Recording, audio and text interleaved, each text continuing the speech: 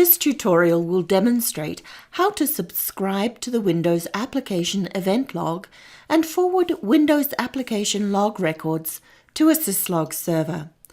First, go to the website www.allthingssyslog.com.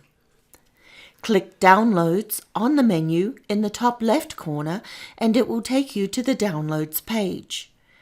Go to the Windows Event Exporter demo, then click on the link to download and save the file to your local hard drive.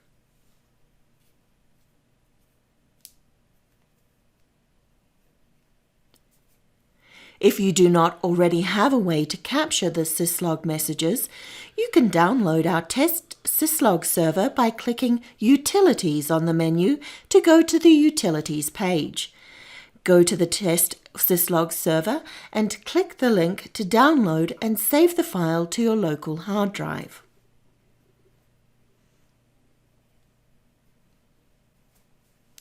If we are installing the test server, we must first create a file sync directory so the test server knows where to put the files containing the syslog messages it receives. This directory can be created anywhere as long as it is accessible by a Windows service application. Once the folder is created, the test server can be installed. Find the test server installer that was downloaded in the first step and double-click on it. Accept the end-user license agreement and install the test server. After the server installation is complete, run the server configuration utility. On the Server Config tab, select Info as the log level. The other settings can be left as they are. Now go to the Listeners tab, right-click on the grid and select New. Add a listener on the local host by clicking the OK button. Finally, go to the Syncs tab, right-click on the grid and select New, and then File Sync. Give it a name and select the sync folder created earlier. Leave the other settings as is and click OK. Click the Save button to save the configuration. The syslog server must now be started. Go into the Windows Services Control Panel Applet. Locate the ATS syslog server entry in the services list and start the service. Go to the Windows Event Log Export installer that was downloaded earlier and double-click on the installer executable. Accept the end-user license agreement and allow the install to complete. Check the box labeled Launch Config Application and click Finish. At this point, the config application should start displaying the default address and port to connect to. The exporter is configured through a REST endpoint on localhost, so in future, remember the service must be running to be configured. The first page seen contains basic information about the machine the exporter service is running on. The config page presents general service options. These can be left as is, but note that if the IP is changed and the config saved, the configuration app must be restarted to connect to the new IP. The options on the config page are detailed in the Getting Started guide.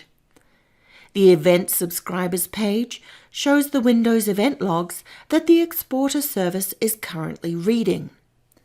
The syslog and beat receivers pages list the endpoints that the event subscribers can be configured to forward their event logs to. The first thing that must be done to configure the event log collection is to define a syslog server endpoint that the events can be sent to.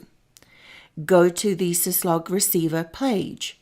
Right-click on the syslog receiver grid and select New. The name field can be anything as long as it is unique. The host should either be the IP address or host name of the syslog receiver. The port should be the port that the receiver listens on. The version can be BSD or IETF. Keep in mind that only IETF supports the ISO date-time format. Once the receiver details are filled in, save the receiver and go to the Event Subscribers page. In this example, an event subscriber will be created to read the Windows application event log from the beginning of the log and send its log entries to the syslog receiver that's just been set up. To begin, right-click on the grid and select New. Enter a unique name for the subscriber. Next, under Log, select the application log.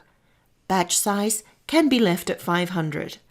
Leave the syslog settings as is, but use the syslog combo box in the Send To group to select the syslog receiver set up earlier. Finally, click OK to save the settings. Now the new configuration can be pushed to the Event Log Exporter service. Click on the Save button and the service will reconfigure and start collecting the application events. If the test log server is installed, go to the file sync location and the Windows event messages should now be stored in files.